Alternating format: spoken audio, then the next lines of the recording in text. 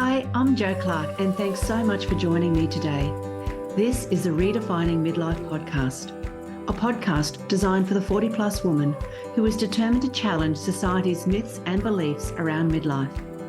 It's for the woman who is inspired and ready to define midlife her way. Join me each week as I chat to health and wellness experts for up-to-date information on how to live well, as well as some special conversations with incredible everyday women redefining what midlife can look like.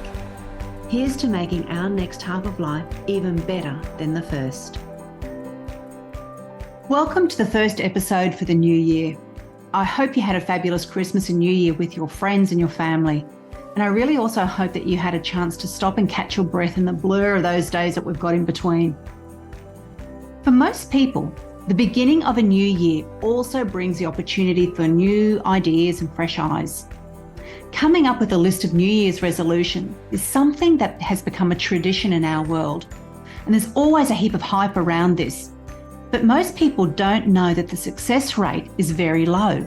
In fact, studies have shown that around 80% of New Year's resolutions will fail. Now, on the 18th of January, I'm going to be hosting a free online workshop that's going to teach you the process of how to reach your goals successfully.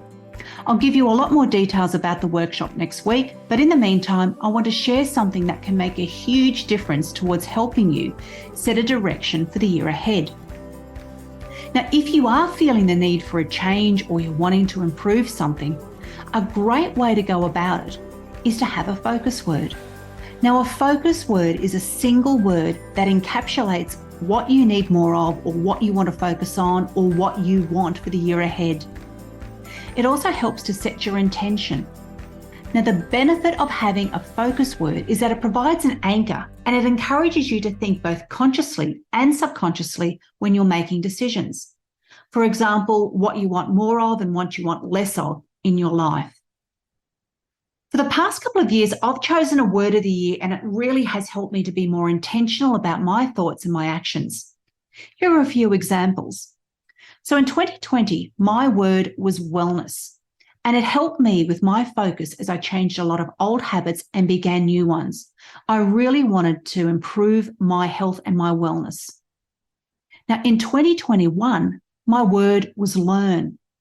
That was the year that I formally left the teaching profession and I began my online business. So I took a heap of courses, read lots of books, and I listened to countless podcasts, as well as learning by implementing. Last year, 2020, my word was brave, and I really needed that word to help me through.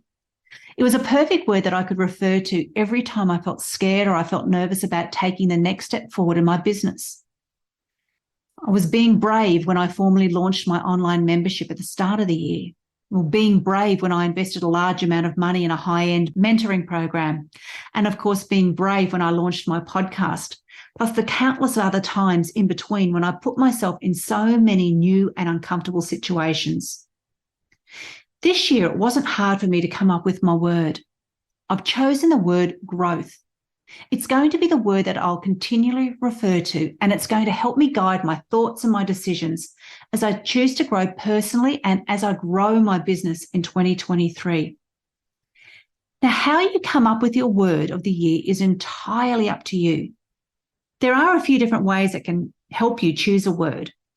Sometimes a word will come into our mind straight away. We know exactly what we need in our lives. And sometimes we need to sit on it a bit. So if a word doesn't spring to mind straight away, then I've got a few simple questions to get you thinking. So consider how the past year has been. Like, what's something that you could do to improve? What could you do differently, or what could you keep working on? You could ask yourself or journal these questions. What isn't going so well in your life right now? What's a word that is the opposite or a more positive alternative to this? For example, if fear keeps on holding you back, then the alternative could be fearless or brave. Another question is, what do you want more of in your life? What do you want less of? But be sure to turn that word into a positive. Some people like to choose more than one word each year. There's no right or wrong. There are actually no rules. So you make up your own. Personally, I prefer to stick to one word. But if you do choose a word and partway through the year you want to change it or add another one or even modify it, then just do it. You might even find that you want to choose a new word each month or each quarter to focus on. Choosing a focus word or a word of the year can really help you to hone in on what you want more of in your life.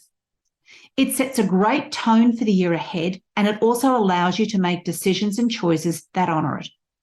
But it's not going to work if you just pick a word, do nothing with it, and then wonder why on earth nothing's changed.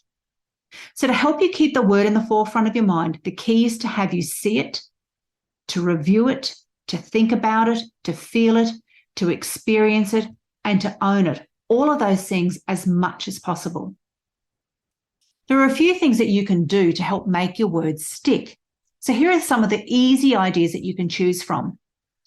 Firstly, you can define your focus word. So you might want to start with a dictionary definition, but then flesh it out further, what the word actually means to you and then why it's important to you.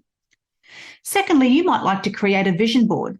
Now, the whole idea of a vision board is to create a visual display, so it's got images and text of the feelings, the things, and the experiences that you want in your life. So that's a great way to incorporate your word of the year. And creating your own vision board can be a lot of fun and a creative and relaxing process because it's designed to appeal to your feelings and your emotions. One word of advice, though, if you do choose to make a vision board, place it somewhere where you're going to see it often so you get those best results. Thirdly, fill your senses with the theme of the word. Now, there are lots of different things that you can do here. You could compile a reading list of books, blogs, and online forums about your chosen word. That's a great way to expand your thinking and your knowledge on the subject. You could create a list of things that you want to watch. Now, this could include YouTube videos, documentaries, TV shows, or films that are related to your focus word. You could even compile some related quotes that include your word. If you wanted to do this, just do a quick Google search, type in your word and the quotes, and that should provide you with plenty of inspiration on some quotes to include. Quotes can offer an alternative way of thinking about the things, and you can motivate you towards your focus word in a bit of a different way. You could also write a list of affirmations. You could say them aloud, or you could write them in a journal. Whatever way works best for you. But the trick with affirmations is that they do need to be said often. For example, if your focus word is abundance, you could use the following affirmation: I live an abundant life.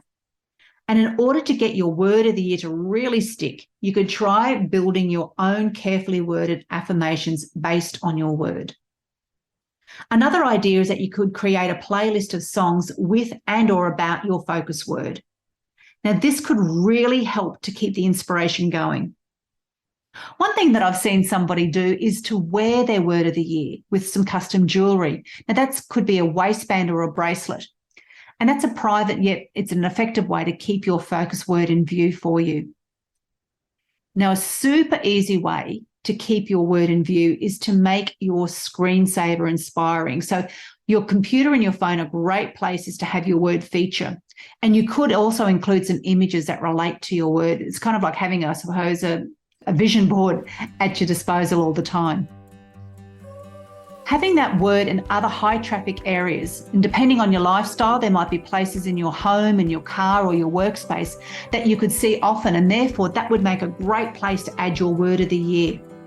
Some of the places that you could see a few times a day, so for example, front of the fridge or maybe the bathroom mirror, if you used a dry marker, you could do it there. You could have a coffee mug made with your word of the year. Same thing with a mouse pad. You could have a mouse pad made up. You could place it on a sticky note and have it beside your bedside table. You could have post-it notes on your computer or on the dashboard of your car. Lots of different ways when you really stop and think. Now, I hope the thought of having a word of the year has given you some inspiration and ideas. I'd really love to know if you've got a word in mind or if this is something that you do. If you're getting really stuck on coming up with a word, then I've got a list of 300 words that could definitely help you. If you want that, just send me a DM on Instagram or email me at jo@joclarkcoaching.com and I'll email that list to you. Now, in our next episode, I've got the incredible Melina Bagnardo on as my special guest. Melina was the owner of a successful fashion brand called Style Me Over. She's since sold that business and she's now creating a brand new business centered on helping women reclaim their confidence and personal style. We had an awesome chat together, so don't miss that one. Until next week, have fun thinking about your word of the year. Thanks so much for listening and sharing your time with me today. I'd love you to hit subscribe on Apple Podcast or your favourite podcast app to keep spreading these empowering messages. Please share this podcast with other incredible midlife women in your world. Join me again next week for another redefining midlife conversation. Thanks again for tuning in.